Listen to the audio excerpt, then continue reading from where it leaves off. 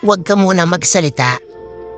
Yan ang natutunan ko sa mga bagay na nagpapagalit sa akin o mga disappointments in life.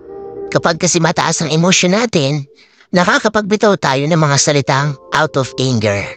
Yung mga salitang iyon ang hindi napag-isipan ng mabuti. Kaya kadalasan, tayo pa ang nakakasakit ng damdamin ng iba at mas lumalala pa ang sitwasyon. Kapag galit ka sa isang tao o pangyayari, hayaan mo muna ang sarili mong mag-cool down. Hayaan mo munang lumipas ang init ng ulo mo. Huminga ka ng malalim at dahan-dahang ikalma ang utak. Doon nasusunod ang pagkakalma ng puso. At kapag okay na, pag-usapan niyo na. Mas may sense na ang mga sasabihin mo. Mas mapag-iisipan na ang mga salitang lalabas sa bibig mo. Huwag magpatala sa bugso ng damdamin. At kung nagustuhan mo ang ating video, follow for more.